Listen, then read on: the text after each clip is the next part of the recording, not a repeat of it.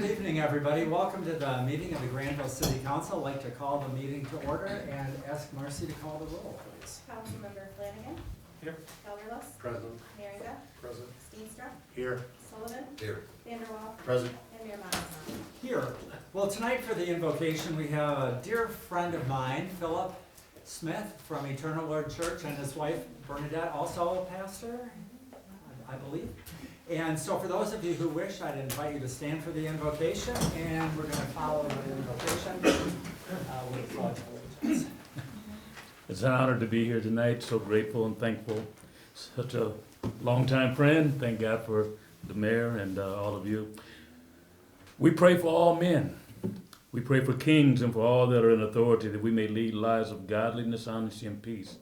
We thank you because we know that local actions have national consequences, and we thank you, Lord God, for these men and women that you have brought together for such a time as this, in a brand new year, Lord God, ready to go and get the job done that you've called them to do. We thank you for great grace being upon them and upon this city and upon all that they put their hands to. You said you would bless the work of their hands, so we thank you that it's so, and we give you glory in Jesus' name. Amen. Amen. I pledge allegiance to the flag of the United States of America and to the republic for which it stands, one nation, under God, indivisible, with liberty and justice for all. Pastor, thank you for being with us. Yeah, great to see you as well. You have before you the agenda for tonight's meeting. Is there a motion to approve the agenda? So moved. Support. Motion support. Any discussion? All those in favor of approving, please say yes. Yes. Any opposition, please say no. We also have the minutes from our last meeting 4 weeks ago. I think this is the longest I've ever done without a city council meeting. So 4 full weeks. We have the minutes from our last meeting, which was December 15th. If you had a chance to take a look at those, is there a motion to approve those minutes?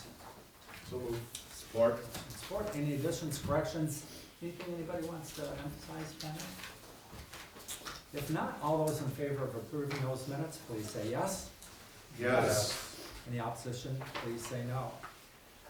Down to the bills already, and again, 4 weeks, you can tell we haven't approved bills because it's a substantial amount, about $1.5 million in the last 4 weeks. So before we open it up for questions, any comments you'd like to make? Sure, thank you. Yeah, you're absolutely right. It's a larger than normal amount since we haven't had a meeting since mid-December. Do also want to point out with our second meeting in January, going to be the strategic planning workshop with the county administrator, that we will not have bills considered at that time, so we will very likely see an equally large amount at that first meeting on February 9th as well. So just as everyone kind of plans ahead for that. Few invoices to point out to the council. First off, invoice in the amount of $50,626.63 to Compass Minerals America. This was the very exciting road salt, as we have been very busy doing the best we can to maintain the roads this winter season. An invoice in the amount of $5,299.44 to Dupercon Corporation. This was a chute and auger repair kit necessary at the clean water plant. That is equipment that is part of the screening process. We have emergency vehicle products in the amount of $25,119.99. This is in regard to the fire department pickup truck that was authorized back in September. This is the normal lighting, outfitting, wrapping, and the various upgrades that vehicle gets to get it ready to put into service with the fire department. The largest invoice on the register by far is the invoice to Aetna Supply in the amount of $758,950. This is another tranche of the water meter inventory that we have been building up in preparation for the water meter replacement project that will be taking place later this year. Killian Mobile Repair LLC in the amount of $10,926.45. The very glamorous motor pool repair and maintenance parts, but specifically I just wanted to point out that about 8 of the $10,000 on that invoice was for repairs to the 2004, which I believe is our oldest salt spreading truck. Just a few other things to highlight. We have a larger than normal engineering invoice from Warren Brugink. This one was almost $100,000, but that's because over the last month they have been working with the Clean Water Plant team to do a lot of the contractor selection process and work on the design and budgeting for the proposed Clean Water Plant maintenance building. About 60% of that invoice went towards that. We're anticipating an update being brought to you all at an upcoming meeting with a recommended contractor and not to exceed budget.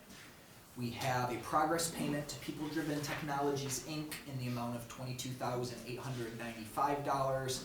This is a progress payment for the physical security door access system project that's been ongoing.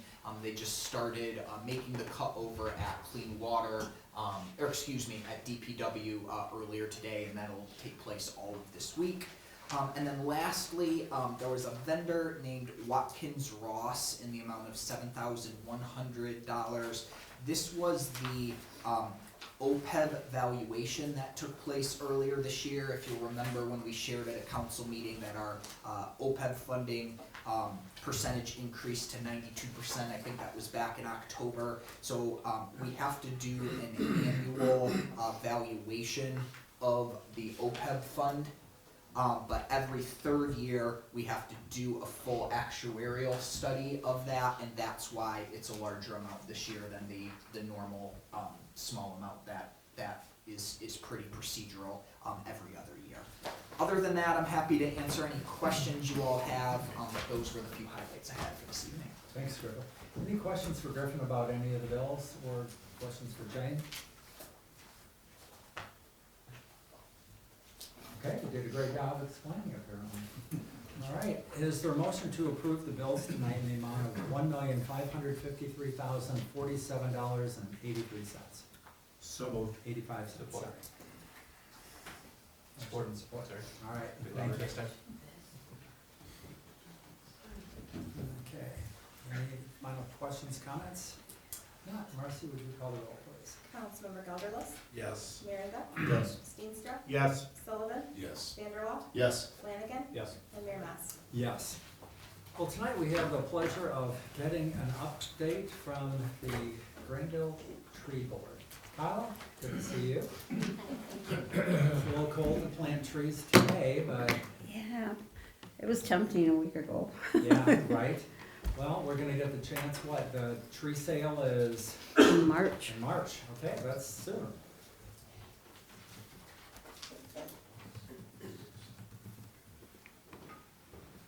Okay, so this is just some highlights, and probably not everything's been captured, but I just want to give you an idea of some of the things that the tree board did this year. The first thing that was one of our major accomplishments was Tree Grandville. That is a tree sale that is open to residents or businesses that pay taxes in the city of Grandville. And the city allots a fund each year for us to match so that people can pay 50% of the cost of a tree. Last year we sold 87 trees. However, in a total of the last couple of years that we've run this sale, we've done 202 trees. So if you think of the value that a tree brings to the city of Grandville, that's a nice addition of trees. Arbor Day, we were able to work with the Grandville Community Tree Project, and we planted 8 trees that were sponsored by the Downtown Development Authority, and we were able to plant those in an island out by the library in the parking lot, so it will divert the water back into the grass instead of just sending water down the storm sewers. The principal from Oakstown Intermediate School brought classes over, and JR, the interim mayor, was, am I saying that correctly? He actually read the proclamation for the city council, and Stan Ponstein, the Kent County Commissioner, also was there and read a proclamation from the counties. It was a fun day. We had a lot of kids involved, and it was really nice to see those trees lit up with lights this year at Christmas.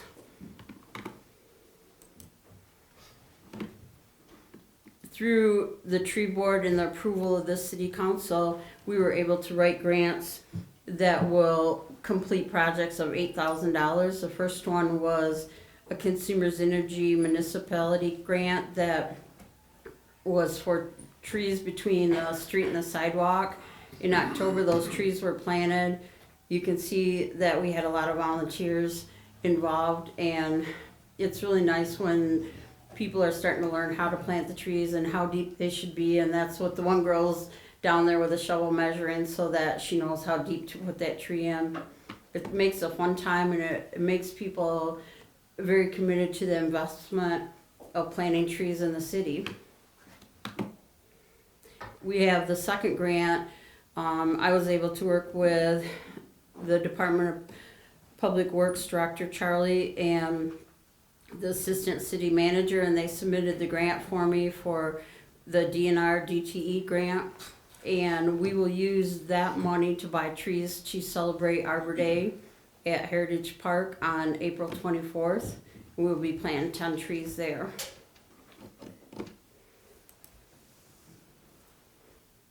We had over 407 hours of volunteer hours this year, and it's funny, this girl right here, and this is a perfect example, when I'm out doing stuff with trees in the park, she came out and started talking to me.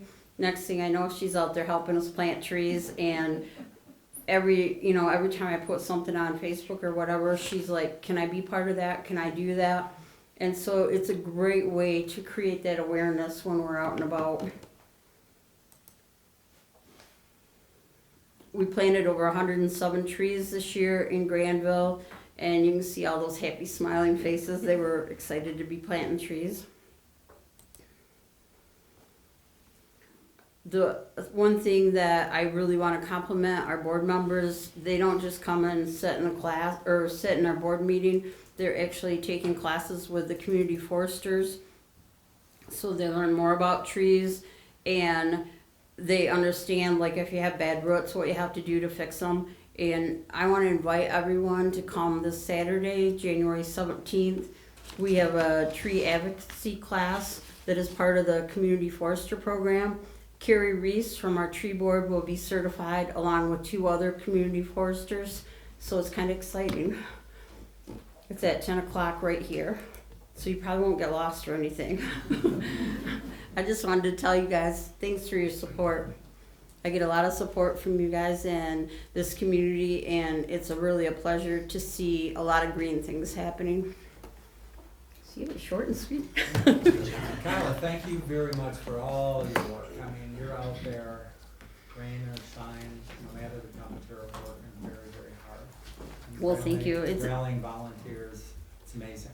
But it's a pleasure, and I think our biggest struggle right now is we have students, even my granddaughters, come to a few classes, and because both parents work and it's become more of a technology society, those kids don't know how to use a shovel. They don't know a lot of the things that are just basic concepts. So as a tree board and the city and nonprofits, it gives us the opportunity to open the awareness for these kids and to give them an opportunity to be able to participate and leave a legacy too. So, quick question, final question before you leave, sorry. Oh, that's all right. So, the tree sale is happening in March. How can people learn about the tree sale, participate? They've got to live in the city of Grandville, the trees got to be planted in the city. But Right. other than that, how do they find out about it? We advertise it on Facebook, but our website also takes you right into the store. It's an online store, and when you buy a tree, it will actually take 50% off right in the shopping cart. Those trees will be delivered, what's 7 from 24, quick, the week before Arbor Day on Saturday here, so nobody has to like go running out to a nursery or anything like that. And quite often we have volunteers. Randy's done it, David Hart's done it, but a lot of guys will bring their pickups and they will actually help people take them to their house. So what website, or what's the? It is GranvilleTreeProject.org. Grandville Tree Project. And it says right now the store's closed because I don't open it until like at midnight. Sometimes I will open it we will do like a planting class or a selection of your tree class with the community foresters, and the people that get to come to that will be able to buy early. So, And so there's trees and like fancy bushes too. I think I've gotten a hydrangea. right, and the other thing is too, that if somebody's looking for a particular tree, you know that our inventory of maples is super high in Grandville, so we try to avoid having too many maples on the site. But if people are looking for a certain tree, if I can pick it up and I can find it available, I'm willing to put it on that store. So, you know, if you've been looking for something and you can't find it, that's a good opportunity to find it. Thank you. Okay, time for public comment. Anybody here tonight like to address the council, please just come on up to the podium. Give us your name and your address and tell us what you're thinking about tonight. Hi, my name is Michelle Robbins. I actually live in the city of Kentwood. I'm looking to open a massage business here in Grandville. I am the person who helped bring ordinance number 320 to your guys' attention. So thank you for your time to address my continued concerns with this. I get anxious in front of people, so I wrote it all down. This is progress, and I'm sad that it has taken 16 years of the state preempting this for it to be changed here in the great city of Grandville. I'm very thankful that we are in the process of change the problems. First, in 2025, the schedule of fees was updated, making owning a massage establishment more expensive comparatively to other business types here in Grandville. I would love to see that addressed as well. This leads me to the second problem. The term massage parlor is wholly outdated, and it really dates back and relates my work to sex work, which as a state recognized health professional, it is degrading to cheapen my education and professional standing to something such as the often degraded sex worker. ABMP and AMTA, the professional organizations of massage therapy in the United States, actively advocate against using parlor and instead use the proper terminology of establishment. As of 2022, the North American Industry Classification System, the federal standard, has eliminated the use of the terminology massage parlor, using massage establishment for non-medical massage. Grandville should follow federal industry standard terminology. Additionally, proposed Chapter 12, Section 3A5 is an improper loophole of MCL 333-17957. And the Massage Therapy Board of Michigan would send a cease and desist, as they don't have anything they can do to an unlicensed massage therapist. It is up to this council to protect businesses and consumers here in Grandville. Furthermore, this loophole creates a loophole to business licensing, which would be exploited and takes money out of Grandville's pocket. Thank you for your time today, and I urge you to vote no in its current condition. Revise it and revisit it. Thank you for your time. Thanks for your comments, Michelle. Thank you. Anybody else like to address the council? Just come on up, give us your name, address, or you both can We're come. gonna do Oh, dual. thank you. No, we're gonna do. We're neighbors. Yes. I'm Dawn Freeman. I'm Rafael Olvera. Do you need our address or? Yeah, That's- Marcy okay. always likes that. Mine's 3973 42nd Street. And mine is 3985 42nd Street. You want me to start? Sure. Okay. We've been having some issues, and I've been here once before, with some duplexes on the corner of Wilson and 42nd. And it was brought to our attention because we made some phone calls to the city, to the police department, and the police have been very responsive, so thank you for that. And it was just brought to our attention that there's an ordinance where it allows commercial units. In our case, it's a box truck. It's a Lowe's box truck. And it's been sitting out there in the summertime. The driver lives with his mom in one of the units of the duplex, okay? I wasn't aware, and neither was Raphael, and I don't think any of my other neighbors were, that the ordinance allows commercial box trucks or commercial units to use our residential streets as a parking lot. So this was a bit upsetting to find out, because our taxes pay for the maintenance of the roads.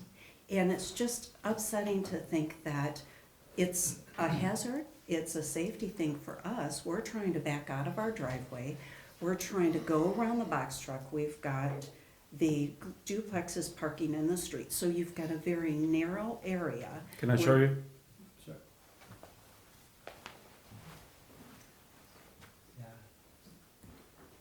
And this, I don't know what the road shows, but when it is icy, snowy, we finally, Space for one thanks to vehicle. the police, got the truck This is to, almost like a I believe he's using now the Lowe's parking lot, because we also called Lowe's to complain. But it's a mile down the road, and this guy, and we only have, if the ordinance remains the same, we only have until March 31st, because the nighttime, winter parking makes them clear it from 2 AM to 8 AM, okay? And this driver it took some urging from our police department more than once to get this gentleman to move that truck. Now, I haven't seen it in a while, but I do know if he's still driving for Lowe's, he'll be coming back.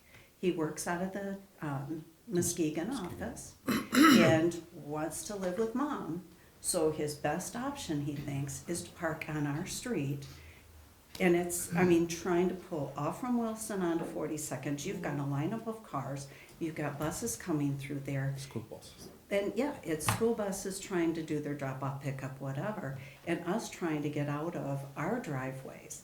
So I guess we wanna know, what do we do about addressing the ordinance? I don't even know where that ordinance is and where I would look it up, but it was confirmed that commercial trucks or trailers or whatever can park on our residential streets when there's no limit.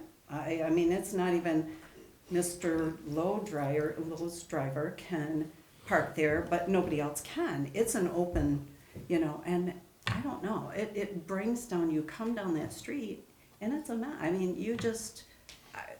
I don't know, it's bringing my property down. Yeah, so Property. definitely, and we want to know what can be done about this. The ordinance. Because the ordinance, of course, if it can be modified to prohibit commercial trucks or commercial vehicles from parking year-round on the streets. Because if it's one, the neighbor next door can get a trailer, a semi-truck, and the other one can get another one, and then suddenly we have the whole street. Just think about it. Now it's one. What if it's two? What if it's three? It's my understanding there's no limit. So I don't know what that ordinance is. So is there something, or where do we go?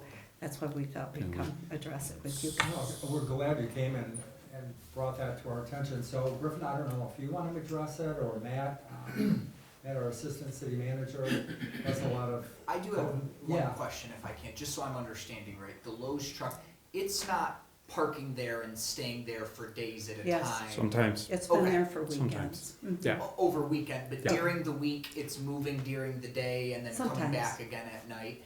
Usually, but Okay. sometimes if he's not working, it stays. Okay. Mhm. Matt, did you wanna? The zoning ordinance in the residential parking section that discusses commercial vehicles in residential zones. It's based on a weight limit, I think that's 7,500 pounds. I don't These are know how big much, Box trucks, so a it's. box truck, I don't know how much that would weigh.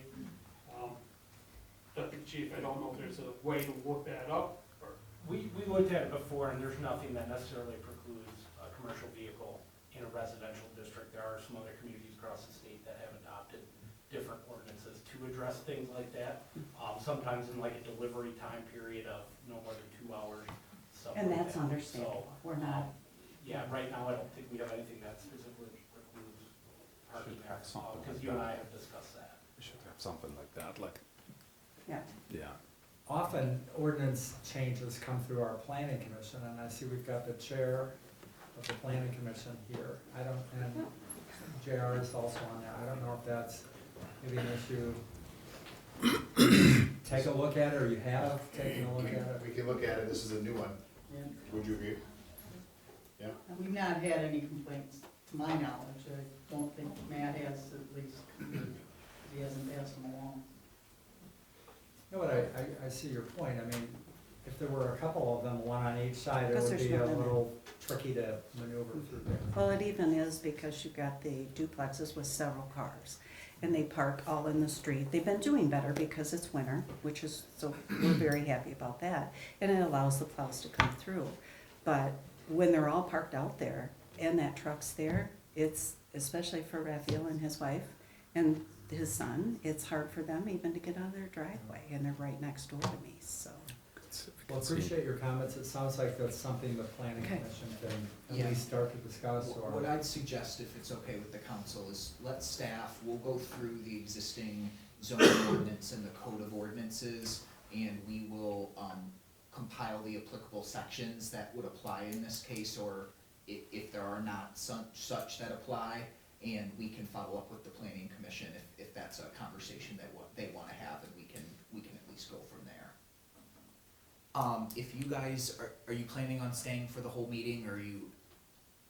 How much longer do you? We don't need to stay. Okay. If you guys don't mind doing me a favor, I don't, actually, maybe I do have a card on me. I just wanna make sure you guys get my contact information. That will be great. So we can, perfect, there, I've got the last two, so we can make sure we can follow up, okay? If you wanna reach Great. out, maybe Thanks. send that picture. Thanks for sharing. Thank you your for your thoughts. time. Appreciate it. Thank you, good night. Anybody else like to address the council? Let's come on up. Mike?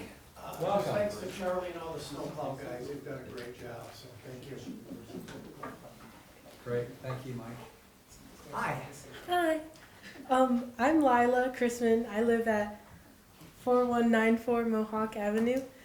I'm at the end of that street on the 42nd, and it is a problem. Like, pulling in, it's just tough. I saw you nodding your head. Yeah. Well, I was trying to figure out whether they were going to talk about the duplex people or the Lowe's truck, but I actually came to ask about the new Canes that's coming to Grandville, particularly because it's by the entrance to the Grandville High School, which is where I go to high school.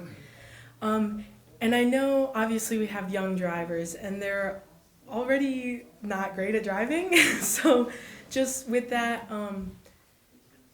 traffic that it's gonna bring, I know the 28th Street one was really hectic, and so I guess I'm a little worried about maybe like years down the line if there's future, because I know Grandville's growing and obviously the high school is going to continue to grow. I mean, we just had the whole remodel with the middle school and all that.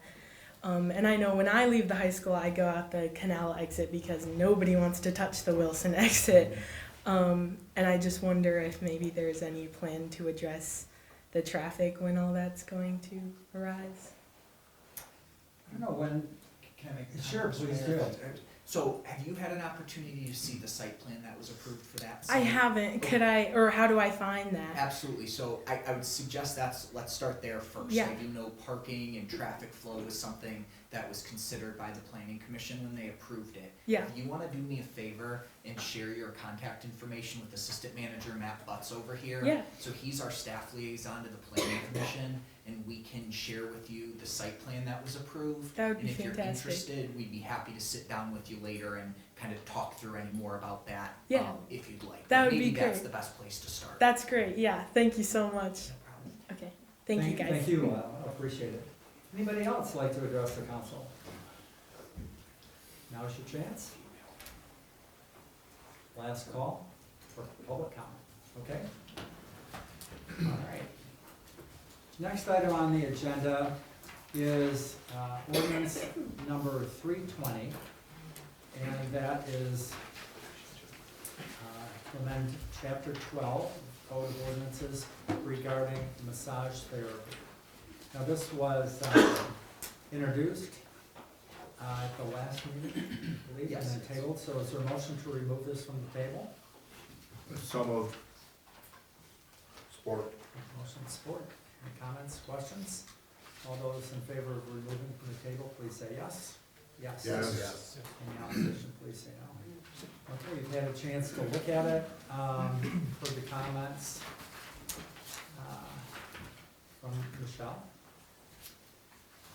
What's your pleasure on that one, Josh? So I appreciate Michelle being here. I mean, obviously, since it's been a long time since this ordinance has been addressed, it's probably been a long time since we've had a massage establishment open in the city, I would imagine. I don't think we probably have very many.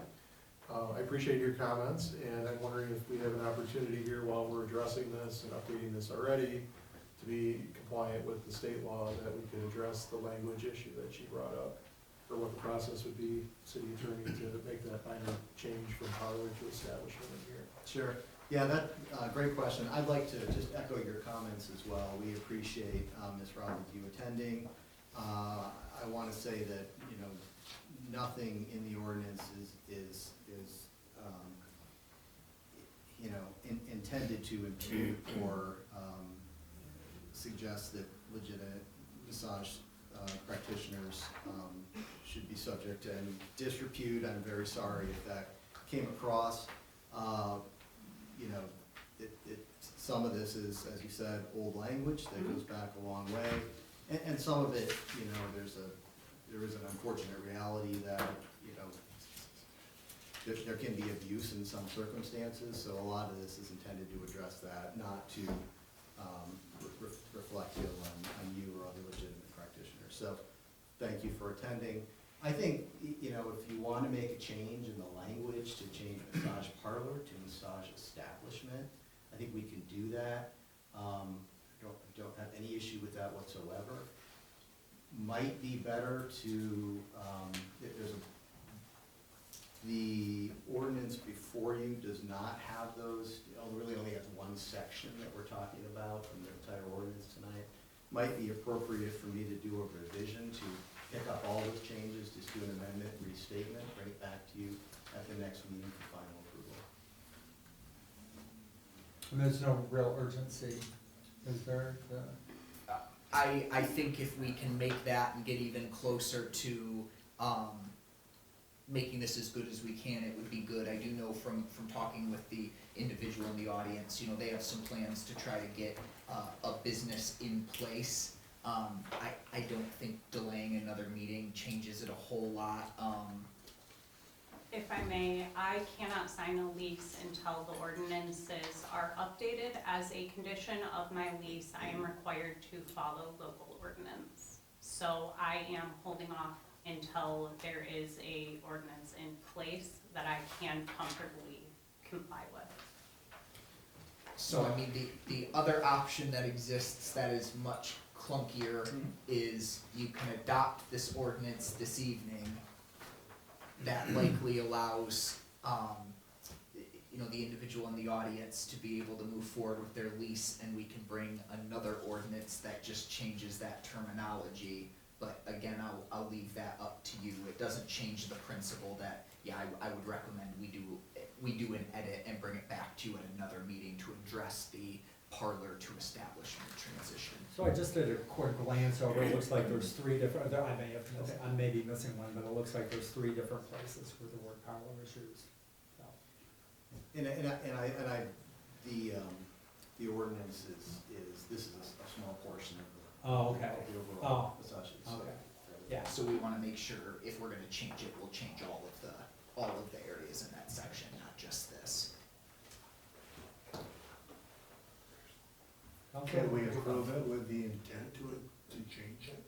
Well, since it's an ordinance, it probably should, it should not be actual text.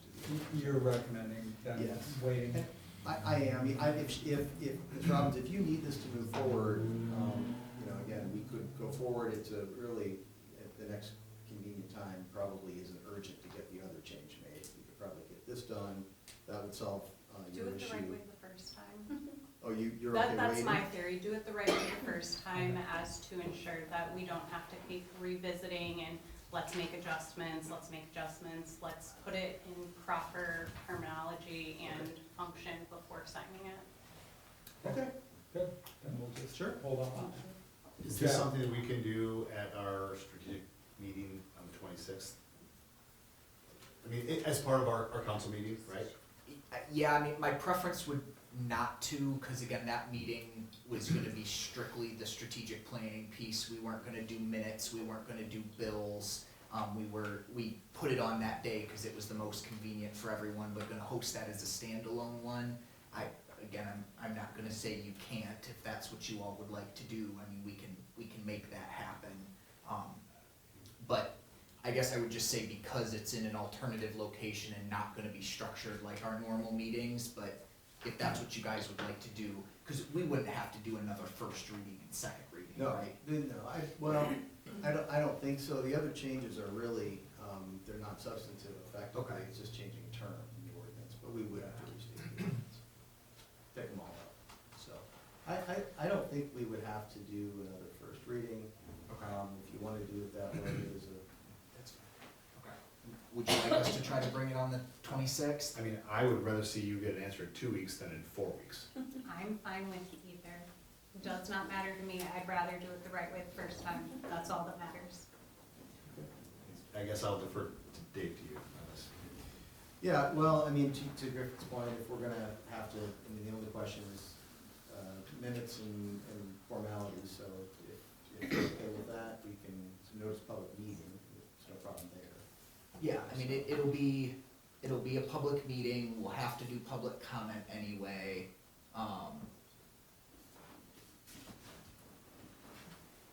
We can make it work. Yeah, we can do it. Okay. Sorry, Mr. Mayor, before we move on. Yes. Thought I heard another comment about concern over potential loophole and enforcement from the state. Is there something else we need to address while we're? I had a hard time following that portion.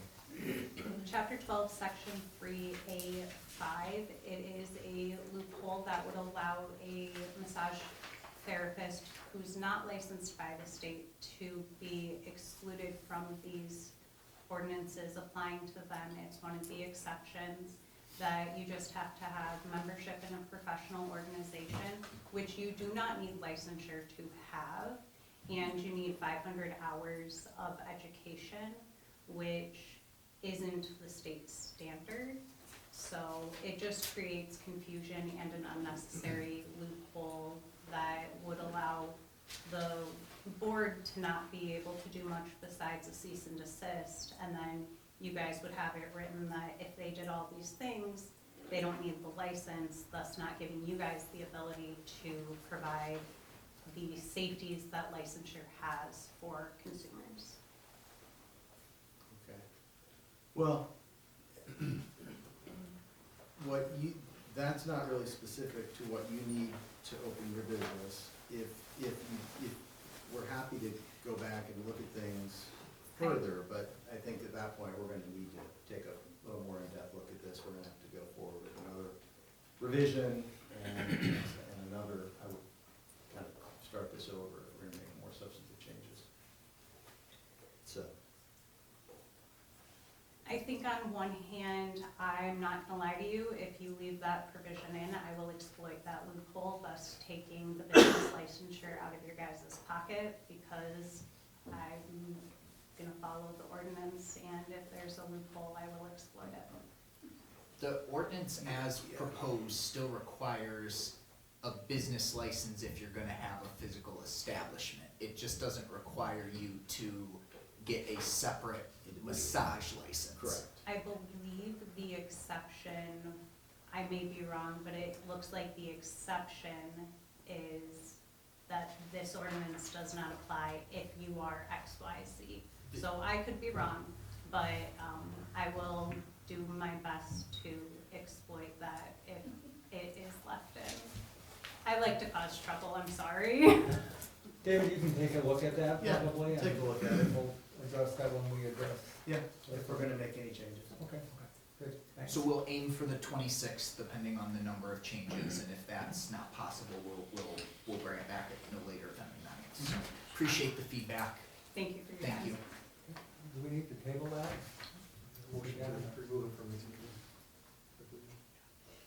We did that Sorry, to already. remove it from the table, but I don't think we voted on that yet. We voted to We did. We did remove it, okay, just make sure that we haven't voted on adopting. Yeah, I think we motion to table again. Is there a motion to table this? Motion to table. Support. questions, comments? All in favor, please say yes. Yes. Any opposition, please say no. Great. Next item is the adoption of the Fire Code 2021, International Fire Code. Chief had explained that in a memo, and we had also introduced that and tabled it. Is there a motion to remove that from the table? Proposed ordinance number 321. So, Motion Support. and support. All those in favor, please say yes. Yes. Any opposition, please say no. Great. So this ordinance is ready to be adopted if council so decides. Chief, any final comments you'd like to make on this? I don't have any other comments, and if you guys have any questions, I'm happy to do my best to answer them. Any questions? If not, is there a motion to adopt ordinance number 321, an ordinance to amend and restate chapter 10, article 2 of the Code of Ordinances entitled Fire Prevention Code, and chapter 10, article 3 of the Code of Ordinances entitled Life Safety Code? Motion. support? Motion support. Comments? Marcy, would you call the roll, please? Councilmember Merringa, Yes. Steenstra, Yes. Sullivan, Yes. Vanderwall, Yes. Flanagan, Yes. Gelderlos, Yes. and Mayor Mas. Yes. Next is a new proposed ordinance amendments. And this is regarding penalties for misdemeanors and definition of juveniles. David, anything else you'd like to add? This was a request that City Prosecutor Krista Morgan had to bring our ordinance into compliance with sections of state law that provide for 93-day, well, several things, as you mentioned, juveniles with a 93-day misdemeanor requirement. There are certain misdemeanors which are designated as 93. There are certain misdemeanors which under state law carry a penalty of 93 days, and those misdemeanors have additional criminal recording requirements and victim notice requirements and whatnot. Our ordinance didn't really contemplate those 93 misdemeanors as local offenses, so they've been prosecuted as state offenses. Is my understanding, we can ask the deputy chief as well. But this would conform our ordinance to state law in that regard and enable those misdemeanors to be prosecuted locally as well. So it's advisable to make that change, and then there's also, as you said, the change in the definition of juveniles. Just out of curiosity, what is the advantage of prosecuting it as a local ordinance rather than? Well, I think, state offense? yeah, I don't know if I know all the answers to that, but I think one is just consistency to make sure it gets charged the correct way. And we don't have an issue with how it's charged. I don't know if the deputy chief's got any other thoughts on that. Since you have a local court, and then you also have a local jurisdiction, kind of keeps the money in local court, and then you have the state prosecution for usually higher profile misdemeanors that are 1 year or more, and then felonies, obviously, they're all those state levels, so. You've answered the question, because I wondered, I thought if it's Yeah. prosecuted local, then the Yeah. fines and penalties stay here as well. Absolutely, as law evolves, which is typical, just like ordinances that we'll be looking at, same thing here, we have to try to keep up and try to get our ordinance to match the state law. As far as juvenile, that law was changed statewide, it used to be 17, now it's 18, a couple years ago, so it's time for us to kind of update that in our city ordinance as well. Trying to play catch up to the state changes. And the last piece, if this is kind of considered a three-part amendment, the last one is it's being suggested that if council is going to go ahead and consider those other two changes to bring the local ordinance in compliance with state law, is to also consider amending the heading of the trespass ordinance just for ease of reference. Questions for David or the chief or Griffin about any of these proposed amendments? If not, is there a motion to introduce ordinance number 322, an ordinance to amend sections 19B, 110, 15-86, 15-91, 15-92, 15-93, and 15-106 of the Code of Ordinances for the city of Grandville to make the city's definition of juvenile and the penalty for certain misdemeanors ordinance violations consistent with state law. So moved. Support. Motion support. Comments, questions? All those in, let's see, This was the introduction. Yes, Marcy, would you call the roll, please? Councilmember Steenstra. Yes. Sullivan. Yes. Vanderwall. Yes. Flanagan. Yes. Gelderlos. Yes. Merringa. Yes. And Mayor Mas. And, yes, and now is there a motion to table that proposed ordinance? So moved. Motion and support. All those in favor of table, please say yes. Yes. Any opposition, please say no. Great. Next item is the consent agenda. It's a long one. A lot of standard yearly resolutions that we do, and Griffin can touch on those. We have the code enforcement inspection report from 2025, which I found pretty interesting. Also, the PCI report, which is interesting too, about all the number of, as you saw, building permits and values and so on. I thought that was pretty interesting. Also, the police report from December, the planning commission, tree board, and the downtown development authority minutes from their December meetings. And then appointment to the construction board of appeals of Dave Hammerberg, who's a longtime Grandville resident, a longtime home builder, been very involved in that, for a term expiring at the end of December of 2026. Changing the time and location of our next meeting, January 26th, to the Grandville Library at 5 p.m.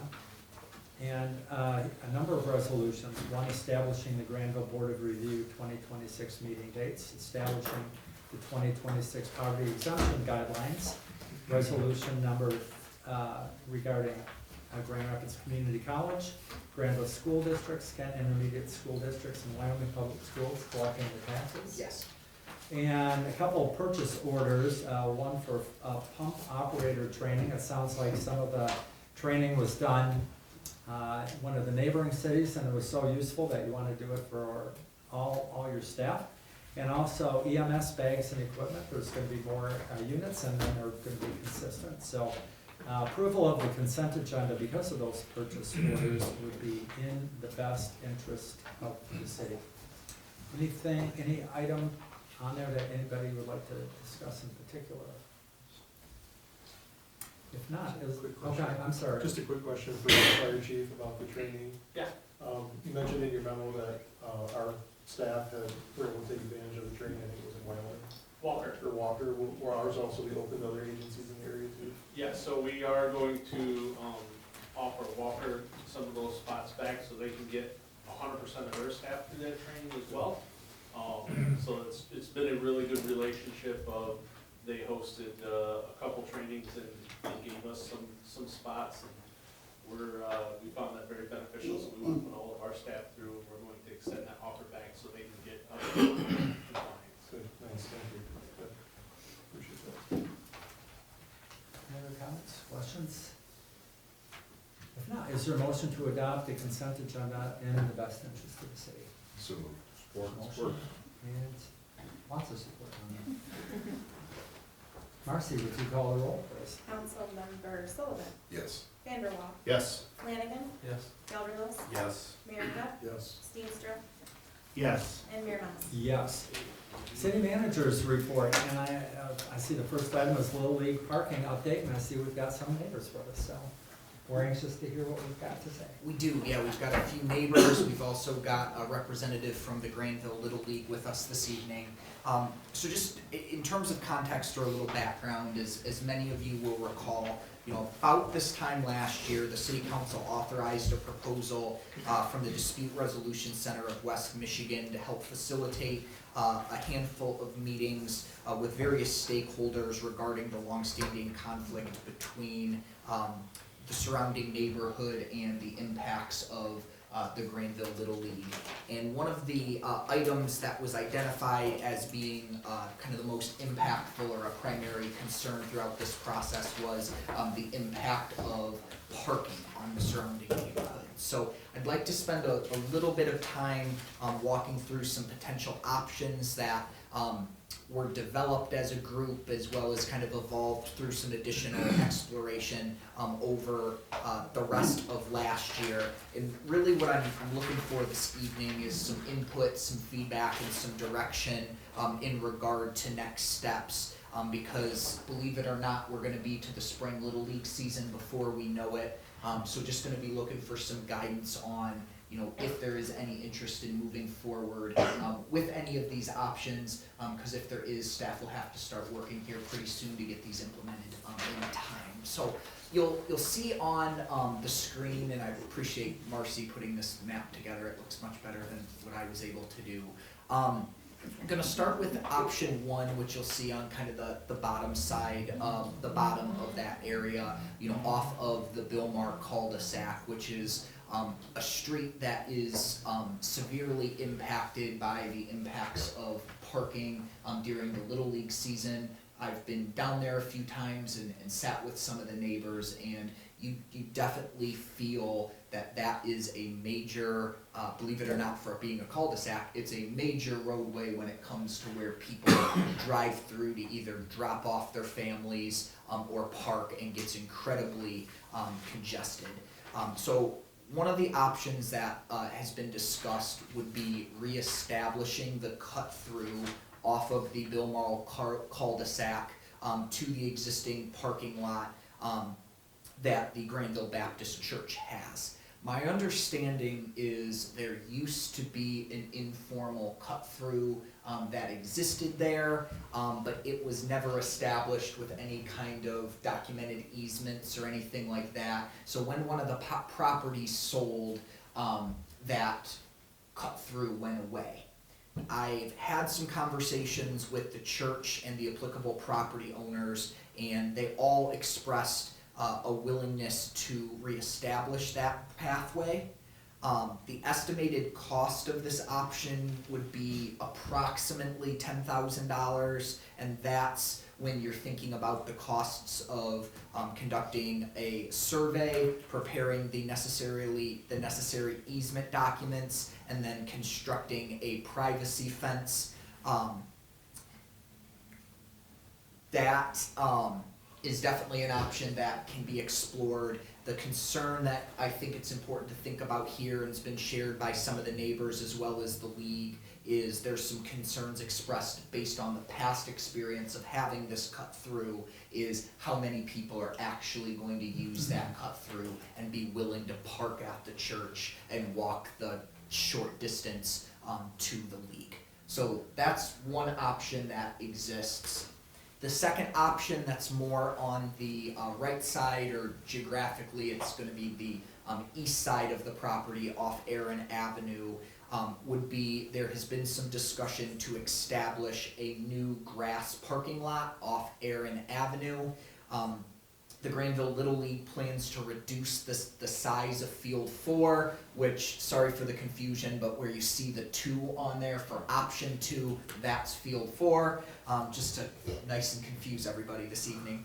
But reducing the size of Field 4 would create space for additional parking off Aaron Avenue. However, current city ordinance requires parking lots to meet a number of site improvement standards. Think about things like surface paving, drainage, landscaping, so on and so forth. So the cost to bring that site into compliance with the existing ordinance would truly be cost prohibitive. What's been discussed is if the city council wants to consider amending the ordinance to allow for grass parking in this specific situation, it would likely create the opportunity for 50+ parking spots, as well as, I think it's worth sharing that it's been shared by some neighbors and the league that this is one of their preferred outcomes. They think this would truly make an impact at addressing the parking congestion impacts there. The league has been willing to offer installing a gate to limit access outside of when the league is in season and games are being played, and to provide parking attendants during the season to help manage parking there. The best guess, and this I will admit is a really rough estimate to implement this the cost to the city would roughly be in the $5,000 range, with the league being willing to move the fence and install the gate and provide volunteers. What we're looking at in terms of immediate cost to the city would be, we would need to widen the curb cut that currently exists there. Right now, it's a narrow single car residential curb cut. If we're gonna have cars going in and out of there, we would suggest that need to be widened. And because of that, there's one tree right there on the side of Aaron that would likely need to be removed. So 5,000 is a really rough estimate there. The concerns that exist for this option are around kind of the equity concerns, let's say, of amending the ordinance. There's definitely kind of a principle that needs to be considered involved in, we require all private parties to meet certain ordinance requirements, and do we feel that this one is worth creating an ordinance amendment for the city to have different standards? You definitely can do that. The other concerns are also around, we don't know what impacts a new parking lot on that location are going to have with the surrounding neighborhood there. So the concept of, are we gonna create an unintended consequence? And then probably the other one that you're all thinking about is, we have no way to know for sure how that grass will hold up to the increased use of parking. But this is definitely something that could be considered. It could even be something that could be piloted for a year or two if we want to try it. So option 2 is another option that there's been quite a bit of discussion about. And then lastly, I put in there, not really to suggest it, but I do think it's important to note that kind of the cheesy line of doing nothing is still making a choice. So the concept of the status quo of no option, or taking no action is an option.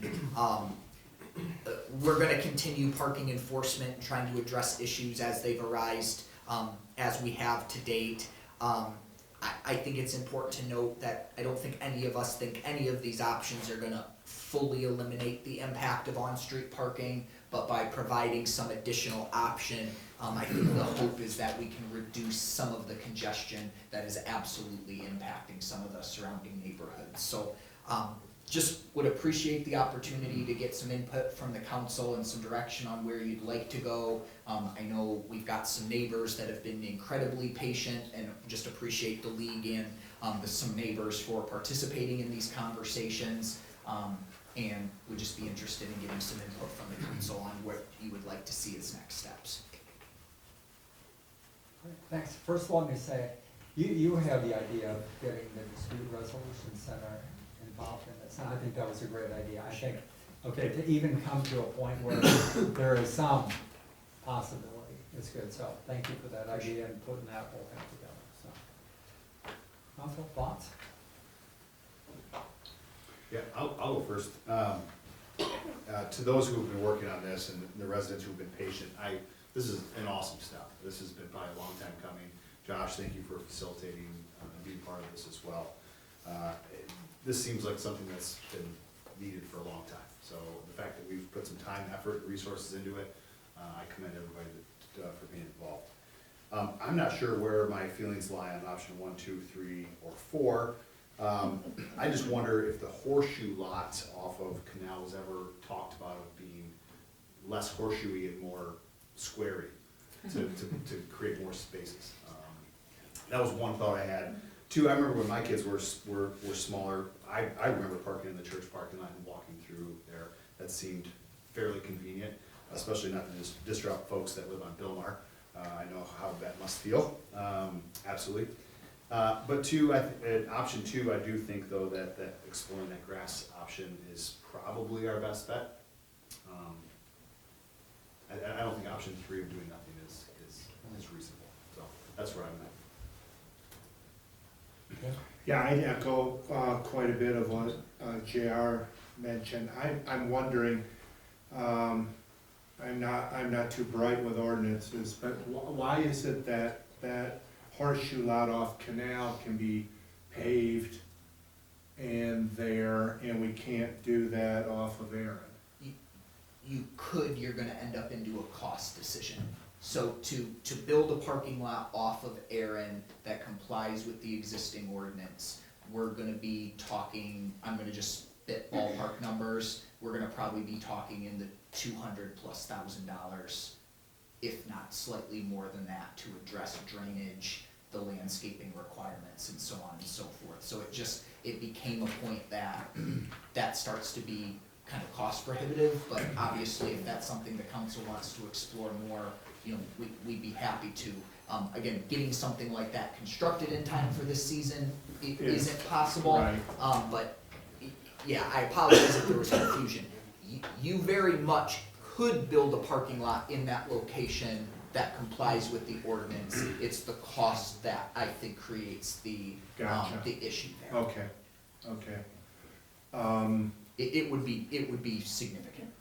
Then I'd be interested in hearing a little bit from the residents who are here, what their thoughts are, but for $15K, I'd be interested in doing both option 1 and 2 and seeing how it goes. Jason? I'd echo, I'd be interested in hearing more from both sides of the public, but I'd also like to hear more about the relationship and operation, right? So this is city property run, is it maintained by the league? I can answer any questions regarding that if you'd like. So the West Complex by Little League, it is a city property. The city does maintain the concessions building, the pump house, and the underground sprinkling system, which is pretty much primarily it. Everything else above that dirt is maintained by the Little League. Everything from fencing to the ball fields to annual maintenance to, we just, actually we had it installed today, the permanent fence for Field 4 to reduce that size. That cost comes out of the Little League budget, which was roughly about $7,000 to put in a new fence. So all of the facility maintenance is maintained by Little League. You mow? Yeah, well, we have an agreement with Grandville Public Schools for them to mow the entire complex. Plus Little League, we, weed and fertilization, extra tree trimmings, things like that comes out of Little League. What I would add to that though, Jason, for just context, is my understanding is this has been a very long-standing kind of organic relationship. To my knowledge, it is not documented, there's not a lease. I found an agreement from decades and decades ago. 1963. But I Little think League has been it playing was there. between like the Little League and Yeah. the school, so I do think it's important to know, like, this is not a well-documented arrangement, it's more of a historical one that obviously has great community benefit when you talk about the amount of use that the league has. But I know, like, annually for the city, we pay, if I remember correctly, we're paying over $20,000 a year just in water for the irrigation on that property. Not to mention, I know we worked with the league and we used some of the ARPA dollars when we were doing park updates to do some things to the concession stand. So it's a partnership is maybe the best way to say it, in that there's not a well-defined arrangement. That's theoretically something that could be explored, but that's probably another conversation in and of itself. But yes, when you're looking at the map, most of everything you see on the map that's in your packet, that is city-owned property.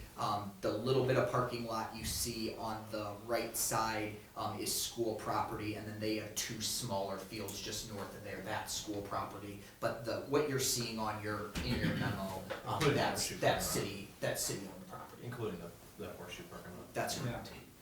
Griffin, who owns the large green space to the north and west of the church parking lot? That is also the church, to my knowledge.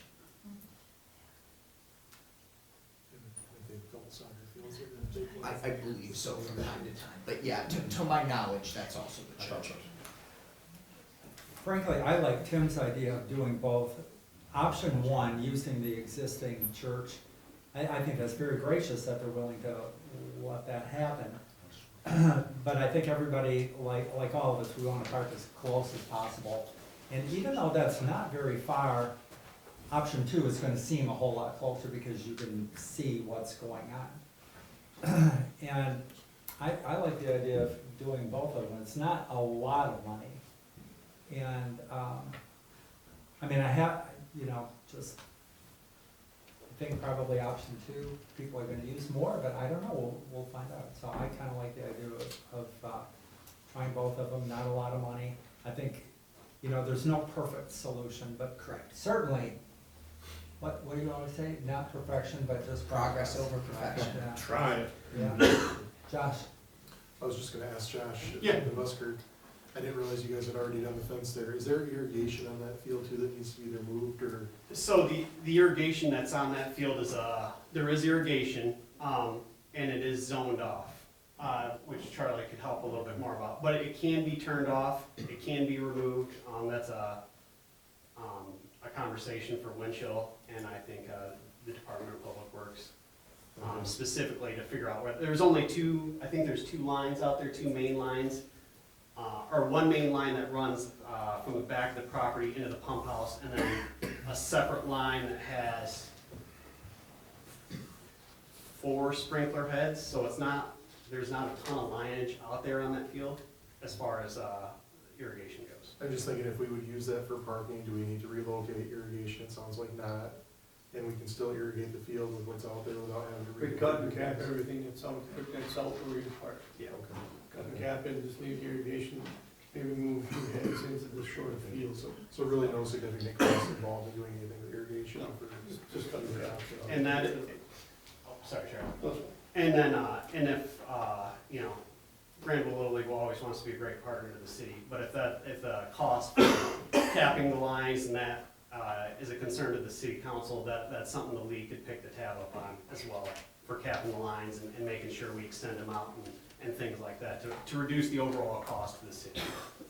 I guess I was just thinking too, if we were gonna use that for parking, since we don't know how the grass is gonna hold up, we may wanna turn irrigation on when we're not using it for parking, to try to keep the grass a little bit greener, a little more stable. You can drive over sprinkler heads, you can be replacing sprinkler Well, heads. then there's that too, so I guess, you know, so I appreciated having the opportunity to represent the city and the park board on this, endeavor last year.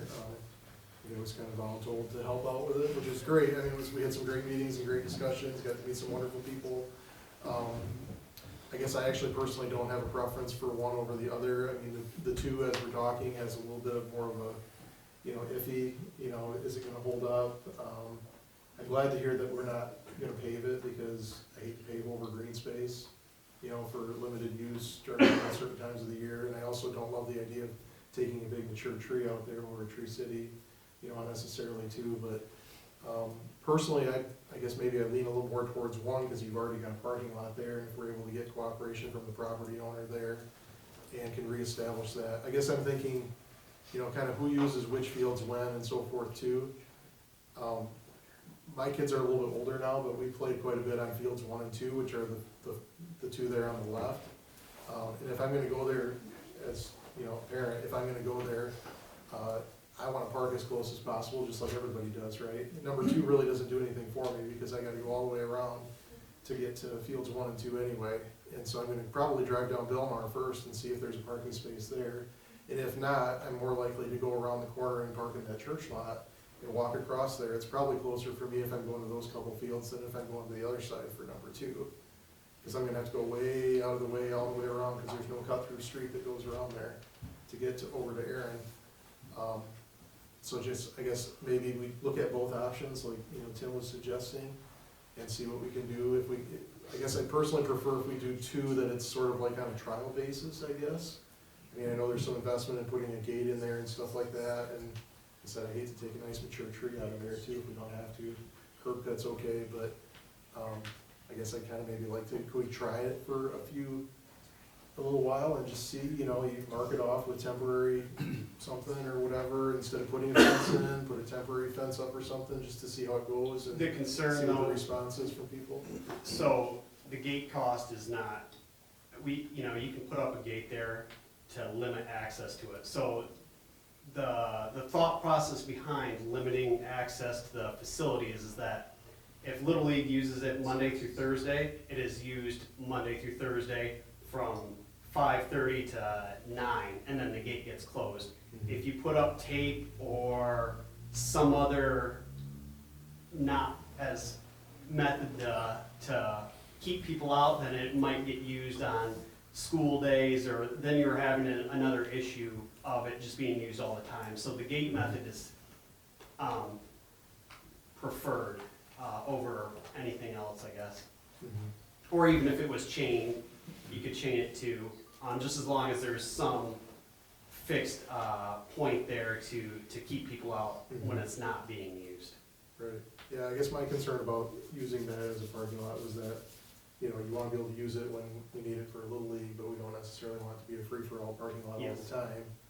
And I'm glad to hear that we're not gonna be able to pave it, cause then you got, you know, landscaping and lighting and enforcement and, you know, regulate, you know, you got the police department having to police it, cause now it becomes a city parking lot, and, you know, people tend to hang out in parking lots sometimes that, you know, shouldn't be there and that sort of thing, and you got issues with lighting with neighbors potentially, and, you know, it's all those things, so I think either option, I'm glad that we came up with some good ideas. I guess I would be more in favor of let's try both and see what happens. I think there's an advantage too. It just strikes me that if the property owners are willing to sign on to easements for, number one, get that buttoned up now, yeah. That was gonna be my comment, if we can get an easement while we have everybody on the same page, whether we use it or not, we get it, because potentially, you never know if the church is gonna change hands and there's an opportunity to buy that other property back there, so at least it's in place. So I think that's a great idea, that even if the pathway doesn't go in, that you at least get the easement. The other concern I would have with option 2, I like it, but over the years on windy days, the wind comes out of the west. Now over the years, I've heard a few things from people to the east of Aaron, that when you guys drag your fields, there's some dust, or if that parking area dries out and it does get dusty and we start getting dust blowing towards the east, and maybe that's a matter of putting sprinkling in an area where it wouldn't get driven over to keep the dust down. So, I mean, you would still have, that would be up to City Council and Department of Public Works, if you still want to keep sprinkler heads out there. We do have, I've talked with the Department of Public Works and at a previous meeting with the city manager about dust being on the fields as well too. We do have a solution for that. It's something the league can pick up the cost on. It's essentially putting spigots.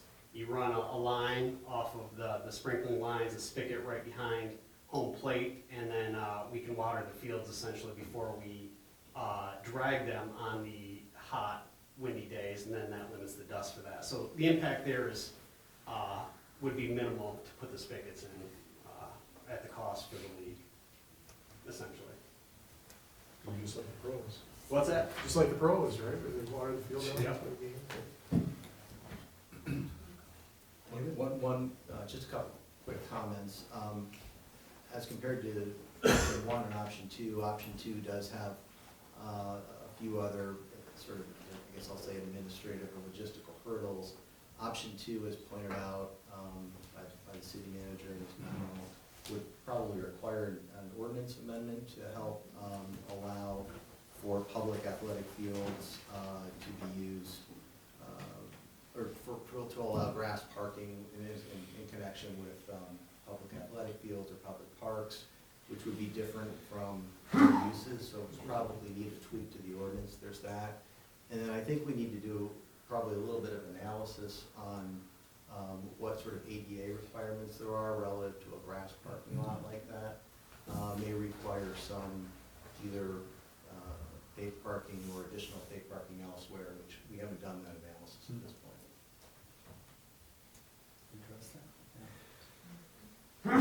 Mike? So in looking at this before coming this evening, I initially concurred with Josh and Randy. Looking at option 1, I think looks a little bit more appealing. I know in talking with some residents along Belmar earlier this past year, obviously this is a contentious issue.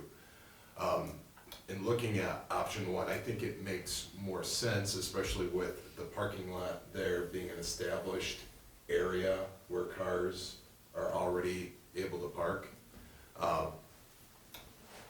But I also understand the concerns from folks on Belmar that this has happened in the past, hasn't necessarily solved the issue. I just think two is going to be quite a bit more hurdles, as we've discussed. I don't think it's a big lift to have folks park at the church and have them walk in.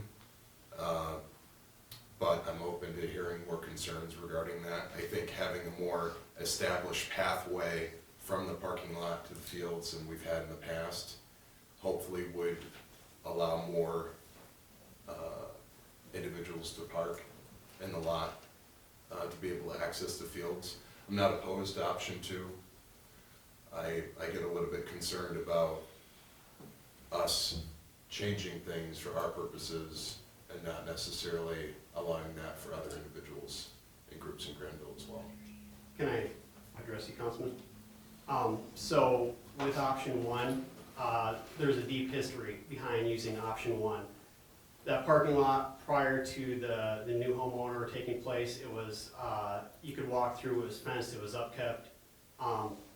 Problem with option one is you're gonna take 25 years of history of parking there.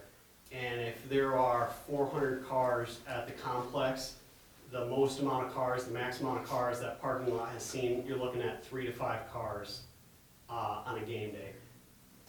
With the league push to push people to that parking lot, I'm sure we can get it, the use case up. And it's a great option to do both 1 and 2, but the historical data for us is that it does get used, but not as much as what, it's not the end-all be-all type of solution, so. Okay, thanks for sharing. To be fair to that, though, we haven't really advertised that that's parking for the Little League, right? We haven't put signs out to send people down. We have, in the past. It has been done. Yeah, it has been done in the past. Cause I mean, honestly, for myself, I've had kids in Little League for years and I never even knew that people could park there, that there was a gate there until I got involved with this whole discussion. It would go out in emails, but I mean, maybe if like signage and, I don't know, I think even putting some signs at the end of Vilmar to send people down the street further to the parking all lot. the cul-de-sacs, yeah. And maybe you've done some of that before, I don't know, we can do more, I think, probably, to make it more obvious. Signage would, have to go through Department of Public Works, to put any signs up like that. Well, sure, I'm thinking like. Parking or, temporary yeah, signs or whatever, temporary signs, like sandwich boards or something that Yeah, can be put out there on game days or. What would really work to drive traffic there is have Tippy Cow handing out. If you park in that lot. Could the city subsidize something like that? Little League could. Probably can't spend our money on that, but we could probably find some partnerships.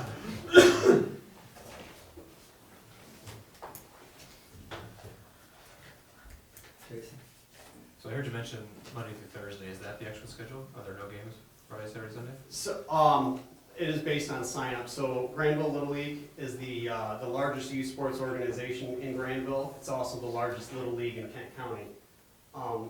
With it brings pros and cons and challenges, but based on sign-ups, my goal when taking over as president a long time ago was to establish a better routine, a better cycle for Little League. My preferred days are Monday through Thursday. And then we have had Saturday signups, but I avoid Friday, Saturday, Sunday at all costs. I don't like to schedule on those days for other sports organizations or travel ball or things like that. So my goal is always Monday through Thursday. I would rather use school fields than the West Complex on a Saturday if need be, but yes, Monday through Thursday is. You mentioned travel. Do you mean they're coming in and using these fields, or you mean leave opportunity for these players to go play? Leave opportunities for other To do other things. little leaguers to go play travel baseball for a different organization. So you, Sorry, Councilman. oh, so you had talked about, reducing field 4. Yes. But you're still gonna have games there. Yes, correct. Okay, and that large field, is that field 3? Which That one? that is Yes. Okay. Yep, that, we still use that one. Okay, so even with the existing parking off of Canal and even with the church lot being available, people who have games on 3 and 4 would be closer with the grass parking on option 2, right? Yes, yeah, they would. I still think for $15,000, it's worth trying both of these to show the neighborhood, show the city we're trying to do something about parking. I agree, and like Randy said too, I think it's good to button out that easement, whether people use it or not, and we can work later on how to incentivize people to park over. As a resident on Bill Martin, I live pretty close to the end of the cul-de-sac there. We've done option 1. I mean, it helps with a little bit of overflow, but it's not a lot. Right now, option 2 is the one that's kind of getting us a little excited. Like, there is some hope, there is a little bit of opportunity that it will actually alleviate some of the parking issues. When you hear Josh say that this is, like, did you say the largest one in Yep, County? largest Little League in Kent County, largest youth sports And then organization. you actually look at the surrounding area where we have to put all of these people, these kids, and, you know, the vehicles, like, having an option 2 sounds very enticing to us as residents. We're hoping that that will alleviate a lot of the issues on that street. There's over 200 vehicles that come Monday through Friday, or Monday through Thursday, and there's about 75 parking spots. So We are well short. we are very well short, so it would be a huge help. And not to mention that option 1, the church does rent that out for, I think you had mentioned For soccer. But most evenings that fills up, and even on Fridays and Saturdays as well, with soccer, most evenings. So you do have a large amount of people that does show up there most evenings as well. Or just soccer. Soccer's usually on the weekend, I think, right? Saturdays, but there are some night games too, so then we get bombarded from the front and the back. Right, yeah, I'm sure the church probably has some church events during the weekend sometimes. So Griffin, I mean, do you feel like you have some direction, or you want to form a vote on something? That would be preferred. I mean, if there can be some consensus. I mean, otherwise, I mean, I'm very appreciative of kind of the input. It's been a good conversation, and I mean, definitely, I think we're all up here, as well as the staff who spent time kind of working on this. Just we're trying to make something work with the understanding of it's never going to be perfect. We know that, and we all have to work together as a community. But yeah, if there is some consensus on kind of one over the other, you want us to move forward with both, if council wouldn't mind a motion, I would appreciate it. Randy, you have something to say? I was just gonna say, we have come, it's been such a long process, and we have come so far that I think it's in the best advantage to, I would agree with Councilman Steenstra, to keep both options on the table, pursue both things, see what works. At this point, I hate to say this versus that, when we've had so many people with skin in the game. I just think it's prudent to keep our options as wide as possible. Sounds like a motion to me. Support. Just to clarify, is the motion to direct staff to pursue both options and bring back maybe a formal plan? Is that, or, I just want to clarify, there's a little bit of work we need to do, I think, with number 2 in particular. Not that we shouldn't do the work, but we need to do something. How would the manager and the city staff, how would you prefer to have it worded? If you guys just keep it broad as, you know, kind of giving the direction to move forward with both, we can work through it from there. There will be things that will have to come back to you all if there's ordinance amendments or so on and so forth, but that gives me plenty, and I appreciate the guidance. So a motion and support, any other comments?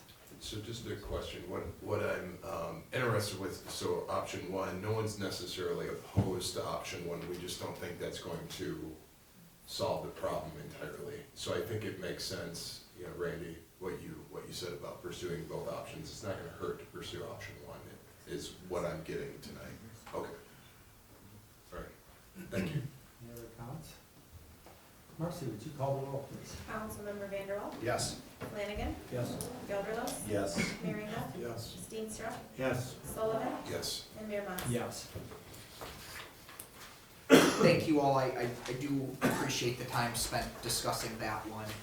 The only other item I have for this evening is, just wanted to put on everyone's radar that, there's been a request to, find some dates for a potential joint meeting with the DDA, as well as I have followed up with some of the discussion we had. I don't remember which December meeting it was, but one of our meetings in December about there being some interest in a tour of the Kent County Central Dispatch Emergency Operations Center.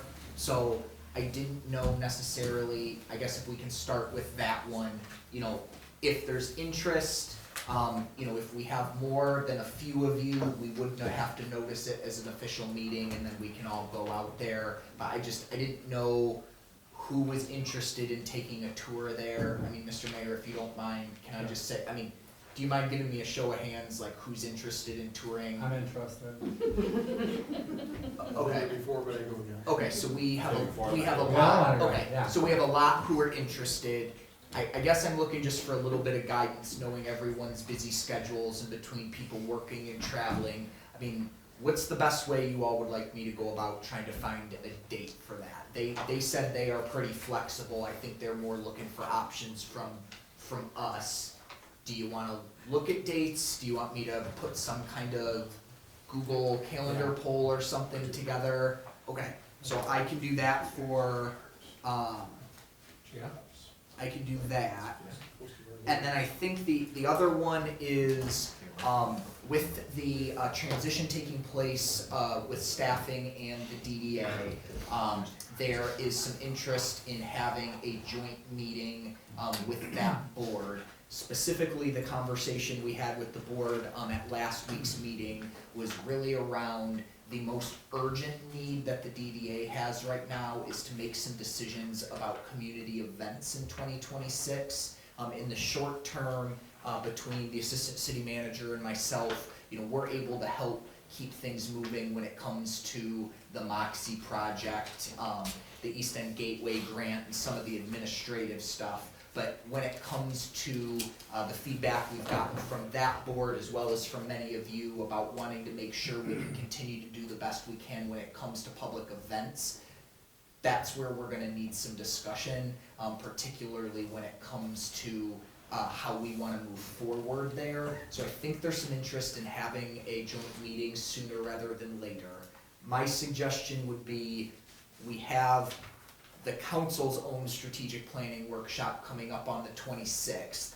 And then by the time we get to March and April, the council's very busy with 2 meetings a month plus a budget workshop. So I guess I just wanted to throw out to the group, what did you all think about February at some point? Trying to schedule a joint meeting with the DDA, or at least suggesting some options for them.